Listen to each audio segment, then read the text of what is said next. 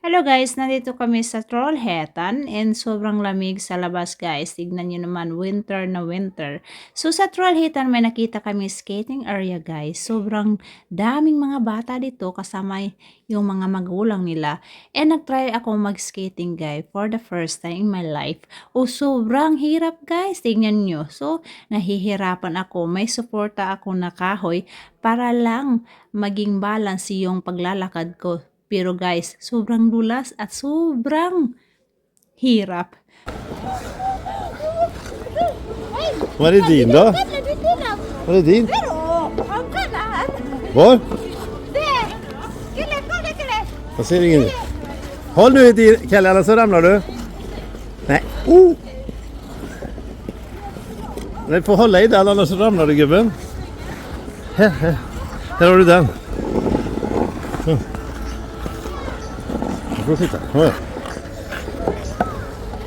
Vad gör du, Jaja? Hur går det? Ja, jag märker det. Kelly, han kan bättre än dig. Han kämpar ju. Bra, Kelly. After few minutes guys, napansin ko yung bunso ko, yung pisngi niya, sobrang pulang-pula guys. Para siyang tomato guys sa sobrang lamig sa labas guys. Ganito kasi nangyari guys. Ang plano namin ng asawa ko ay pupunta kami sa museum at doon sila maglalaro. Pero before kami pumunta sa museum, pupunta muna kami sa city kasi may bibilhin kami. Pagpunta namin sa city sa Trollhättan, nakita namin, napansin namin na mayroong mga bata at mga magulang banda sa bus station na sobrang busy nila. So na-curious kami. Pinuntahan namin. Pagtingin namin, mayroon pala silang skating area na free. So nag-change ang plano namin ng asawa ko. So instead na pumunta sa museum, pumunta na lang kami or nag-try na lang kami mag-skating na walang gloves guys. So hindi siya planado guys. On the spot talaga siya pag punta namin sa skating area. So ganito ang nangyari guys. Kom Kile! Yung anak ko. So, kuya! Go kuya! So, kom do ising. Oh my god, dak! Ay, my goodness, dak! Mama, you can eat your anak! Mama, may papa! Kuya! Ano?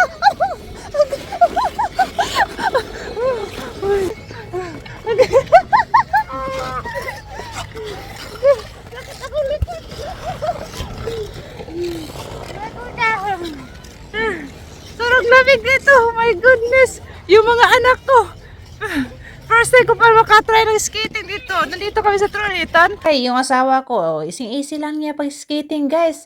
Pero nabangga. Oh my God, kulit talaga ng husband ko.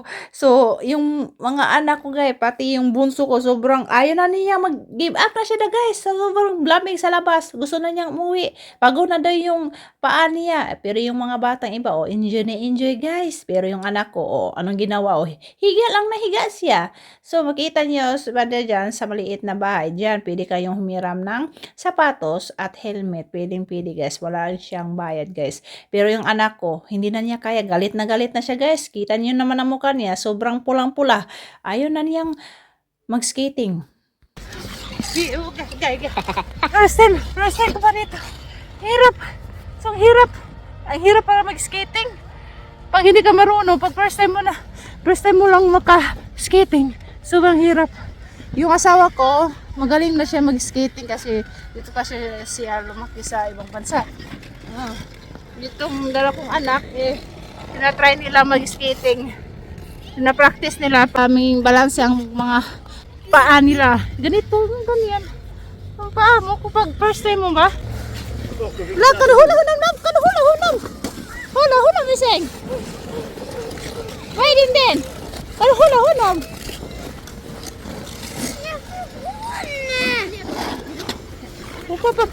Kuya! Itong panganay ko naman guys, first time niya mag-skating katulong ng mama niya.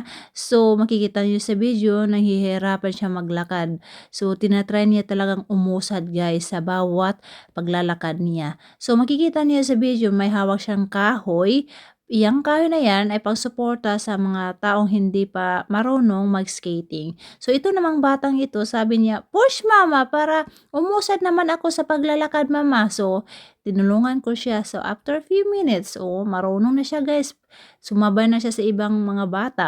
So never talaga siya gumib up guys. Gusto niya talagang tumuto. Kaya tignan niyo, oh, nag-new style siya. Nag-dance style na siya guys. Pag magsi-skating kayo guys, kailangan may helmet guys para suporta sa ulo kasi mapanganib kasi guys, baka matumba kayo or mabagok yung ulo niyo sa solid na ice. Yun ang pinaka mapanganib. So kailangan may helmet talaga. Yung anak ko, nagagalit na, gusto niyang patulong daw.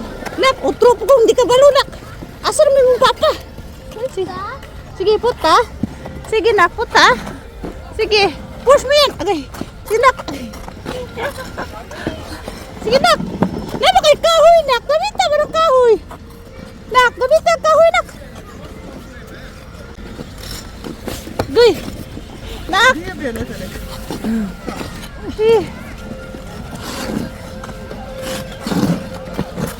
Ah! Sinak!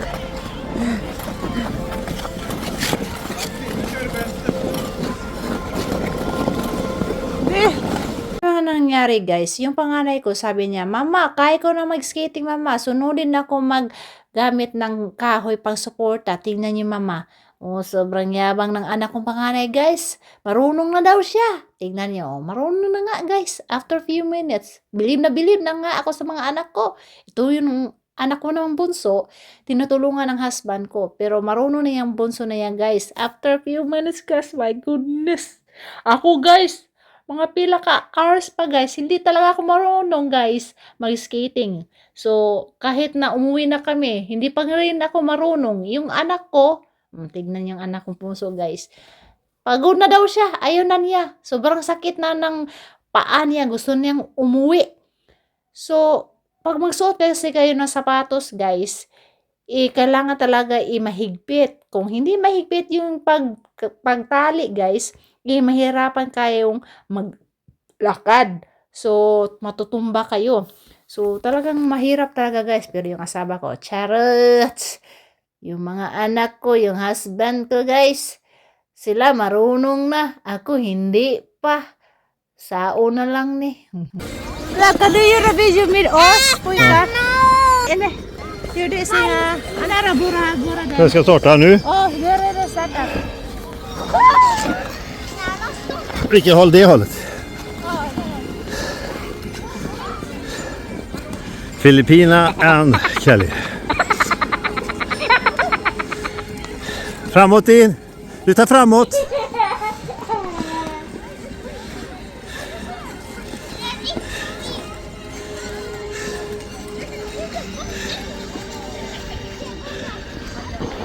Skjut iväg så här din.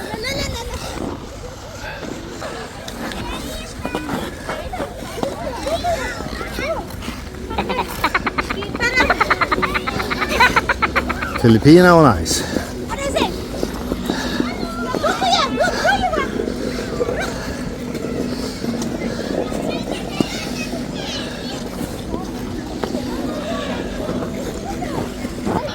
Kan du träna med oss? Lär dig inte bara träna oss. Kan jag träna? Oh! Så träna. Nu.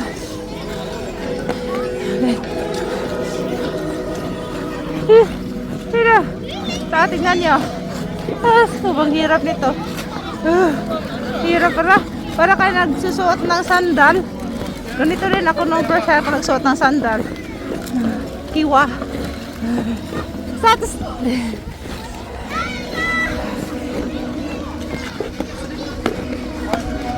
Go Iseng. Go.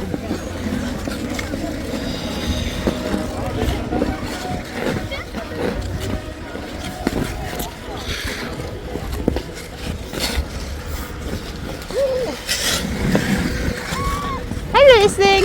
Hirap day. Nagsastruggle ako sa skating day. Paamak, tiglaki yan eh. Nagbiso na. Hago. Sumakit na yung paa ko. Sa sobrang lamig at Play Boutique. Ay, Papa. Hirap na.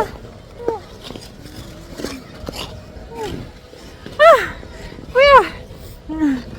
Sipon na sa sobrang lamig. Kuya, tita. Tita Hel. Malamig. Kuya. Kuya. So, ipagkita ko sa inyo na traso. Ito yung trehetan. Ito. Yan. Yan. Kuya!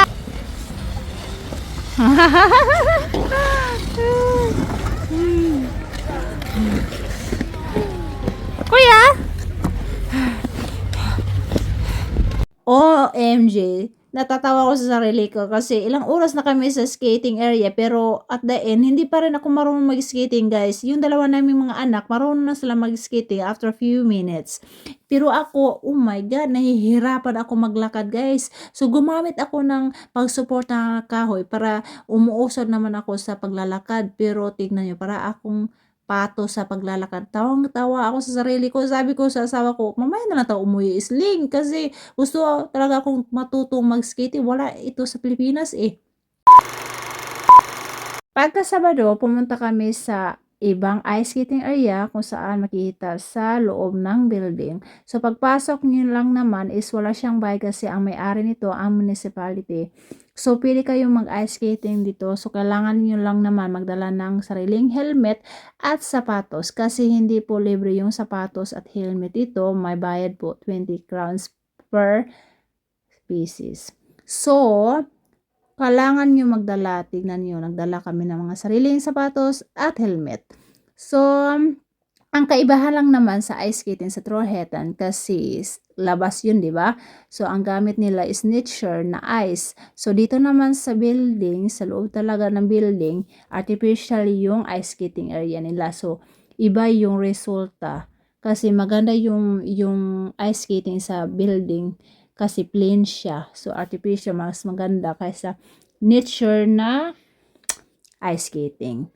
So, makita niyo sa asawa ko at yung anak kong bunso na may sariling suporta na dolphin. Cute.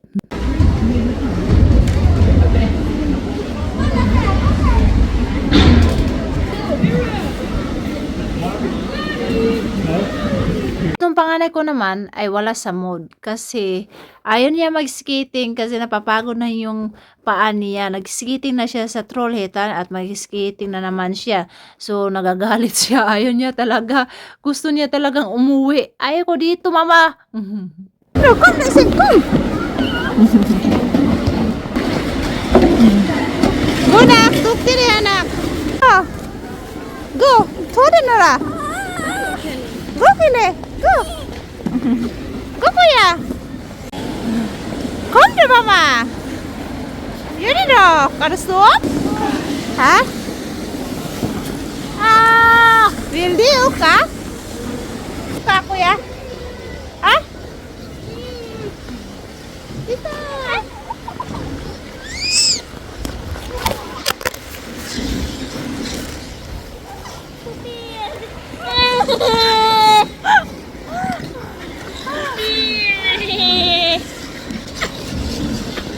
Ah.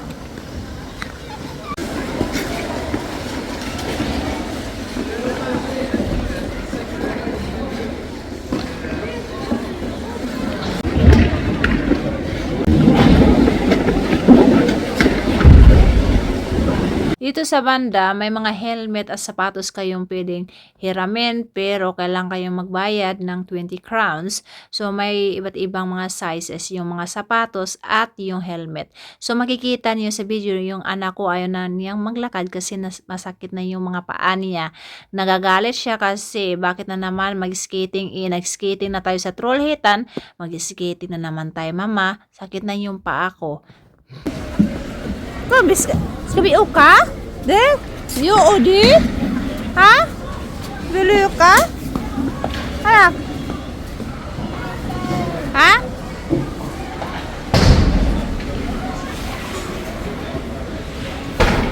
bunso ko na naman, may plano naman siya. Gusto niyang i-close yung pinto para hindi na kami pumasok sa loob. Ayaw na niyang mag-skating kasi masakit na daw yung paa niya. Nagagalit na siya na sabi niya, Mama, ayaw ko nang pumasok. Gusto ko na i-close to. Sabi ko sa kanya na huwag mo i-close na kayong personal kasi magagalit. Kailangan open lang yan, anak. Hayaan mo na. Sabi niya, Nako, ayaw ko na talaga mag-skating. Masakit na yung paa ko. Ang cute ng batang to.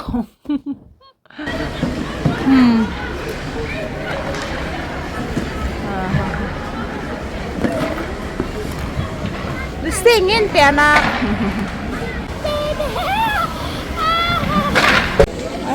Vem är Egon? Ah.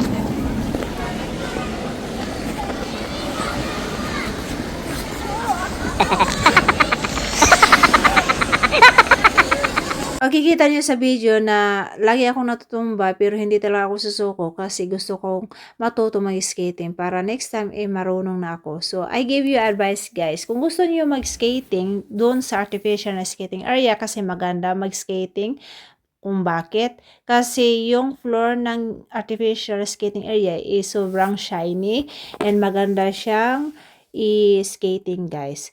Try niyo siyang mag-skating dito sa artificial. Halo. Kasi kuya. Dito.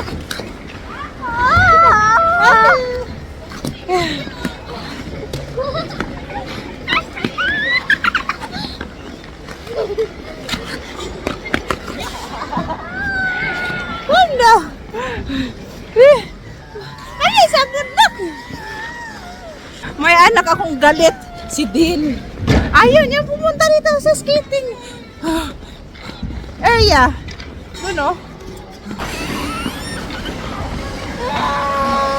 Come na mama.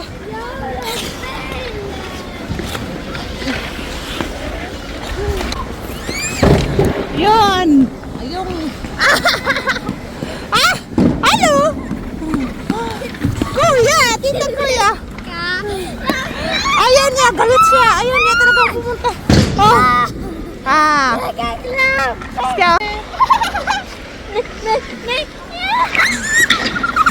Yung dalawa kong anak, ayaw na nilang mag-skating. Galit silang dalawa. Yung isang bunso, napapagod na. Yung panganay naman, galit. Ayaw niya pumunta dito sa skating area. Gusto niya doon sa ibang lugar. Galit siya. Ang pinaka-advice ko sa inyo guys, kung gusto niyo matuto mag-skating, try niyo sa artificial na skating area kasi mas maganda yung artificial na skating area kasi yung floor is very plain and shiny and madali ka talagang matututo sa pag-skating. And ako naman, na-improve yung pag-skating ko. Charot.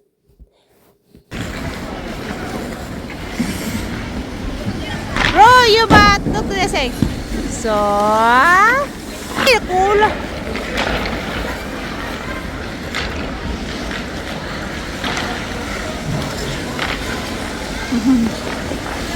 Bro, you bat. Yung dalawa kong anak, naglalaro silang dalawa at nagtatawanan. Sobrang cute nilang dalawa. Pero yung panganay ko, nang nakita niya ako, back to mode na naman siya. Vadå?